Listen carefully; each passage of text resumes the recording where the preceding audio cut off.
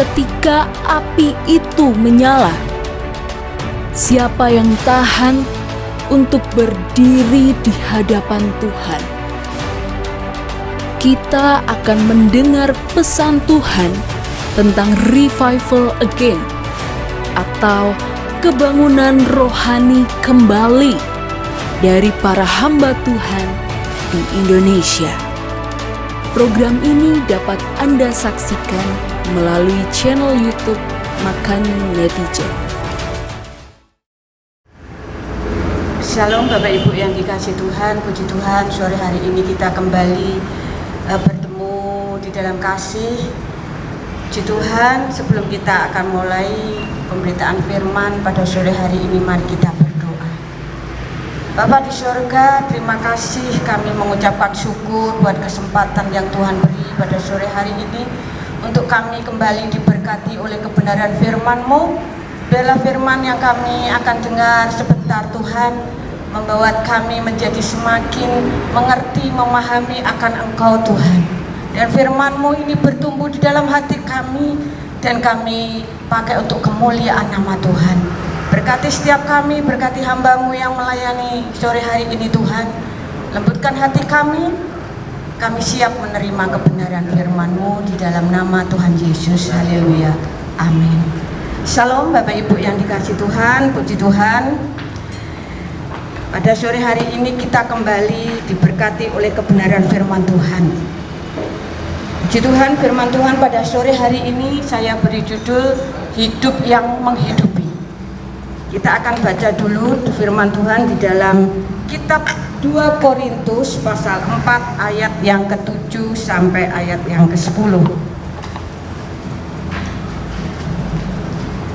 Kami bacakan 2 Korintus pasal 4 ayat 7 sampai ayat yang ke-10. Tetapi harta ini kami punyai dalam bejana tanah liat, supaya nyata bahwa kekuatan yang melimpah-limpah itu berasal dari Allah, bukan dari diri kami. Dalam segala hal kami ditindas namun tidak terjepit. Kami habis akal namun tidak putus asa. Kami dianiaya namun tidak ditinggalkan sendirian. Kami dihempaskan namun tidak binasa. Kami senantiasa membawa kematian Yesus dalam tubuh kami, supaya kehidupan Yesus juga nyata di dalam tubuh kami. Saudara, tujuan dari firman Tuhan ini adalah supaya kita bisa membuktikan keberadaan Tuhan dalam kehidupan kita. Jadi bukan hanya sekedar percaya, tetapi benar-benar mengalami hidup bersama Tuhan, sehingga kita bisa membuktikan bahwa Yesus itu ada di dalam kita. Karena penting saudara, namanya pembuktian dalam kehidupan. Jadi tidak sekedar percaya. Kalau saudara hanya percaya saja kepada Tuhan dan Juru Selamat, berarti saudara tidak mengalami hidup bersama Tuhan. Berarti itu adalah sesuatu yang sia-sia, karena tidak ada gunanya. Orang yang percaya itu bukan sekedar memikirkan atau meyakini sesuatu, tetapi harus melakukan, harus mengusahakan, harus mengerjakan. Itu namanya percaya. Jadi kalau saudara menjadi orang yang percaya hanya sekedar percaya saja, itu tidak ada bedanya dengan orang yang tidak percaya kepada Yesus. Tapi orang yang percaya itu harus mengalami Yesus di dalam hidupnya, menghidupkan Yesus di dalam hidupnya, dan membuktikan iman kepercayaannya itu bisa dilihat lewat kehidupannya. Saudara, kalau saya boleh keluar dari konteks sebentar, bahwa ada tingkatan orang yang percaya kepada Tuhan. Dalam arti, pada waktu orang itu percaya, dia mengalami yang namanya perubahan posisi. Ya, itu otomatis.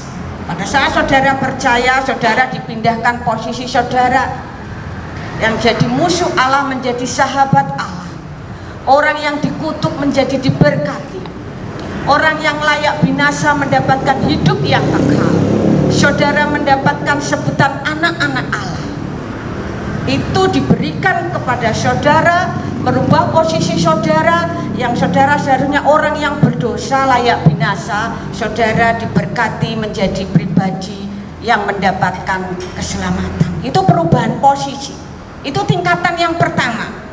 Jadi kalau saudara hanya mempercayai Yesus saja, saudara hanya ada di dalam posisi seperti itu, perubahan posisi saja. Tetapi sebagai orang yang percaya kepada Yesus, bukan hanya sekedar percaya atau meyakini atau menyetujui, tetapi Tuhan inginkan kita mengerjakan keselamatan itu.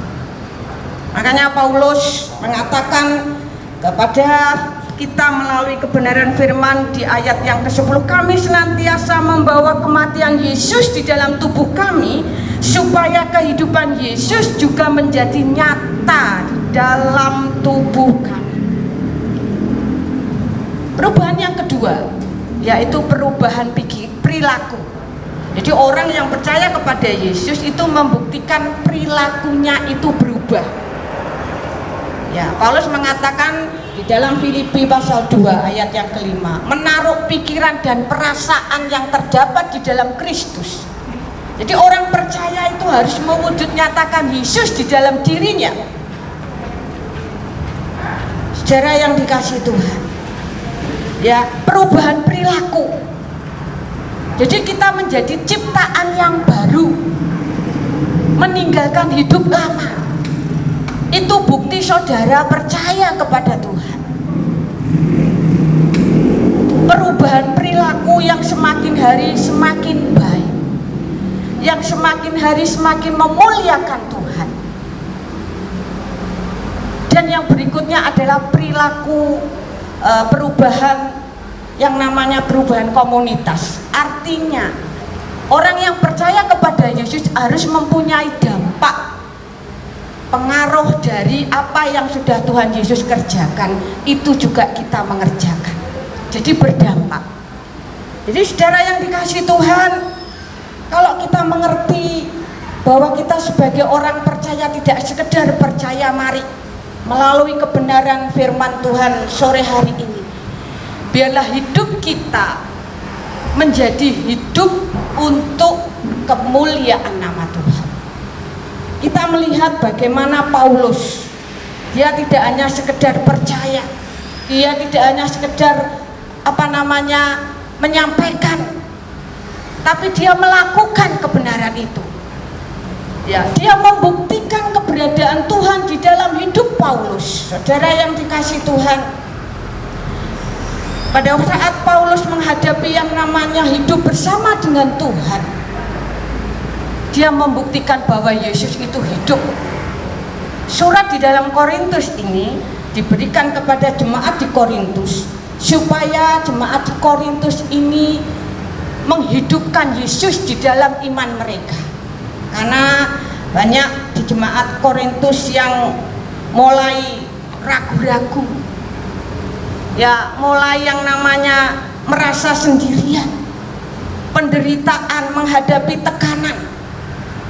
Makanya Paulus menulis suratnya kepada jemaat Korintus untuk meneguhkan mereka, supaya mereka menyadari bahwa Tuhan Yesus ada di dalam dirinya dan membuktikan Yesus itu hidup.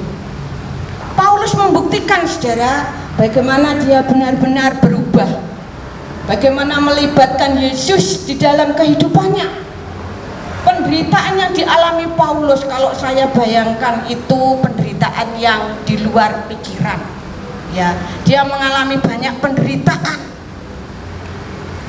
Tapi karena dia percaya kepada Tuhan, mengasihi Tuhan dengan sepenuh hatinya, melibatkan Tuhan di dalam hidupnya, hidupnya itu menjadi kesaksian yang membuat banyak orang melihat Yesus di dalam diri Paulus. Saudara, saya akan coba urai satu persatu dari ayat kebenaran firman ini, supaya saudara mengerti dan memahami bagaimana supaya kita tetap bisa menghidupkan Yesus di dalam kehidupan kita. Yang pertama, Ayat yang ke-7 di situ dikatakan bahwa harta ini kami punyai dalam bejana tanah liat, supaya nyata bahwa kekuatan yang melimpah-limpah itu berasal dari Allah. Yang pertama yang Paulus kerjakan yaitu bahwa dia selalu berjalan bersama Tuhan, mengandalkan Tuhan. Kekuatan yang melimpah-limpah itu berasal dari Allah. Ini adalah perubahan dari seorang pribadi Paulus yang sungguh luar biasa. Pada saat dia sebelum menjadi rasul Tuhan, dia adalah seorang pribadi yang mempunyai kuasa dan jabatan. Tapi pada saat dia percaya kepada Yesus, saudara yang dikasihi Tuhan, dia menyatakan bahwa kekuatan yang dia dapat itu berasal dari Tuhan. Ini adalah bukti bagaimana Paulus benar-benar melibatkan Tuhan di dalam hidup. Ya, dia merendahkan hatinya, saudara yang dikasihi Tuhan. Dia mengandalkan Tuhan, bahwa dia tidak mampu tanpa Tuhan. Ini bukti bahwa Paulus melibatkan Tuhan benar-benar di dalam hidupnya. Dia mengatakan bahwa harta yang kami punya dalam bejana tanah liat. Itu menyatakan bagaimana lemahnya Paulus tanpa Tuhan. Saudara, jadi mari kita menghidupkan Yesus di dalam hidup kita.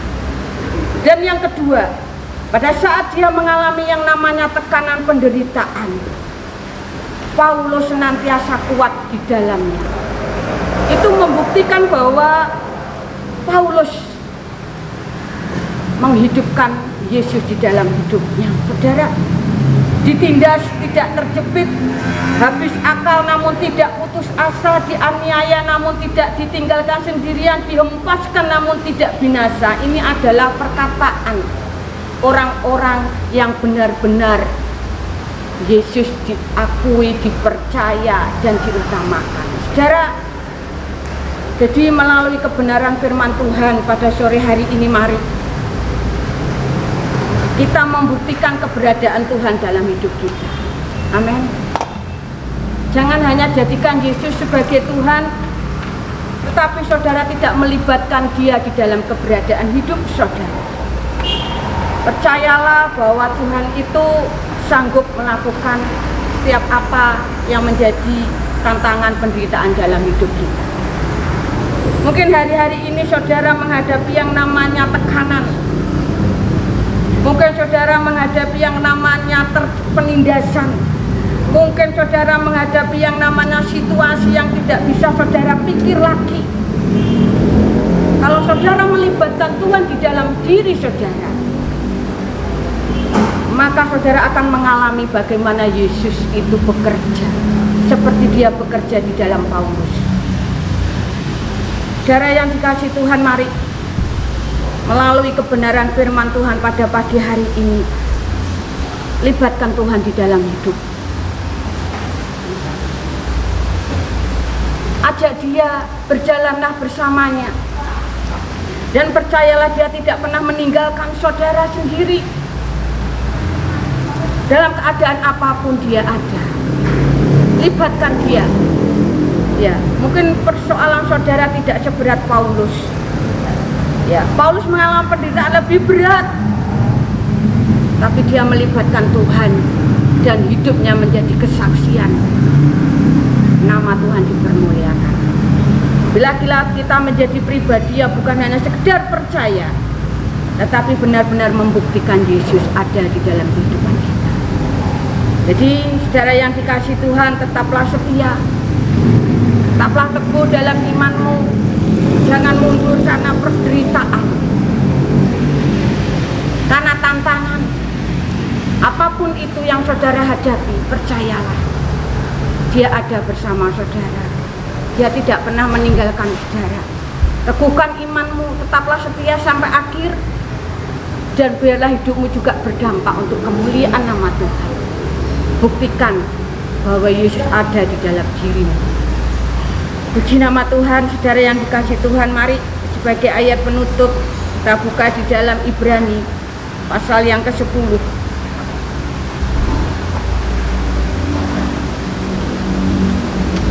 Ibrani pasal yang ke-10 ayat yang ke-34 sampai ayat yang ke-39.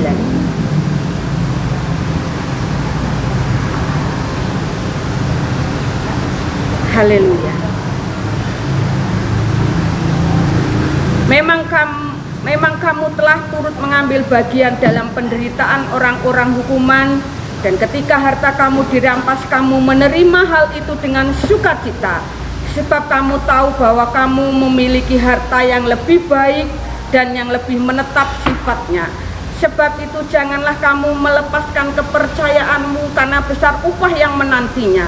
Sebab kamu memerlukan ketekunan, supaya sesudah kamu melakukan kehendak Allah, kamu memperoleh apa yang dijanjikan itu. Sebab sedikit, bahkan sangat sedikit waktu lagi Ia yang akan datang sudah akan ada tanpa menangguhkan kedatangannya. Tetapi orangku yang benar akan hidup oleh iman, dan apabila ia mengundurkan diri, maka aku tidak berkenan kepadanya.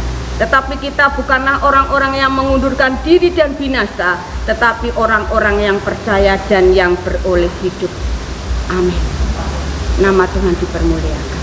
Tuhan memberkati.